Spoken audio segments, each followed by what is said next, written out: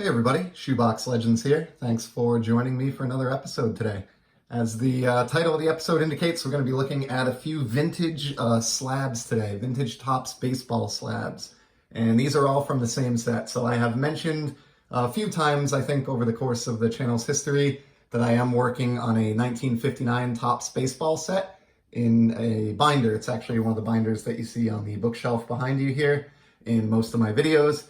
And it's not like a high condition set or anything. I have, I'll even take a total beater just as a placeholder.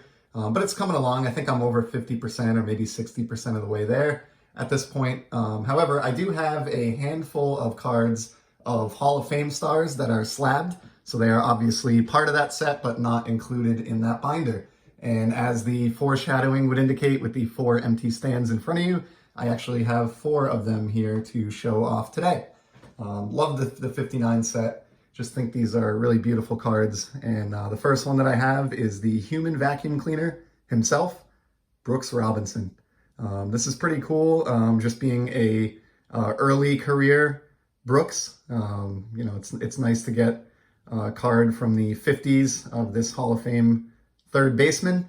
And love this one. I've mentioned this on some other cards in the past, but get a great look at the fantastic Orioles shoulder patch of the day or of the era on this one. And just a nice classic pose from Mr. Robinson there. So that's the first of the 4 that I have. We'll try to eliminate the glare the best I can here. Next up, we have a hurler for the New York Yankees. Yes, I am a Red Sox fan, but I am not a Yankee hater by any means. I really respect their organization, everything they've done, and their tremendous contribution to baseball history, and of course the great rivalry that exists between my favorite team and the evil empire, so to speak. So very happy to have this Whitey Ford, definitely one of the, as much so as he can be for a Hall of Famer, but somewhat of an underrated, I think, starter in the annals of baseball history. And again, just a really nice, clean PSA 6. I picked these cards up many, many years ago. I started buying PSA slabs, I think, all the way back in late 2007 or early 2008. And you can tell because a lot of my flips are so old that they don't have a hologram or a Lighthouse or anything on the flip other than the plain text of the label. That's just a result of me having purchased these probably well over 10 years ago now. Here's another one. This one's a little OC left to right, as you can tell, but still a pretty beautiful copy of Stan the Man Musial. I love this one really because he doesn't have a lot of playing era Topps cards issued. He missed some time during his career and wasn't always signed on with Topps contractually. And so for various reasons, he is one of those players that has really precious few Topps flagship playing era cards available compared to his tremendous contributions, to the game.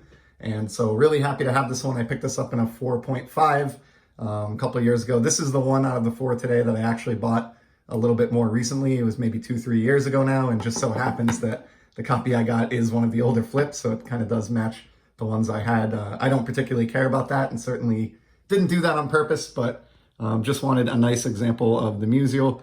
Do wish I had maybe chose one with a little bit better centering, hindsight being 2020, but I did get a real steal on that card, and especially given what's happened in the hobby over the last couple of years, I really can't gripe about the price I paid for that one. And then last but not least, Mr. Let's Play 2 Ernie Banks of the Chicago Cubs. So just classic card. I have this one because I used to have a somewhat impressive run of Banks playing era slabs from his playing days in the 50s and 60s and into the early 70s.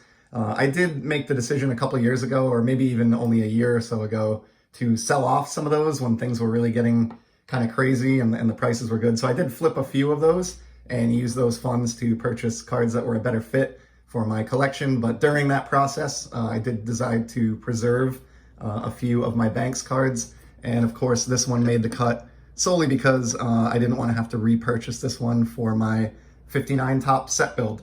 So that's all I have for today. This is sort of a short episode here. Not really a lot to say. I think these are beautiful cards that have been talked about many times by others, so no need to elaborate too much. But really happy to have these 4 huge Hall of Famers in all 4 cases and big contributors to the game.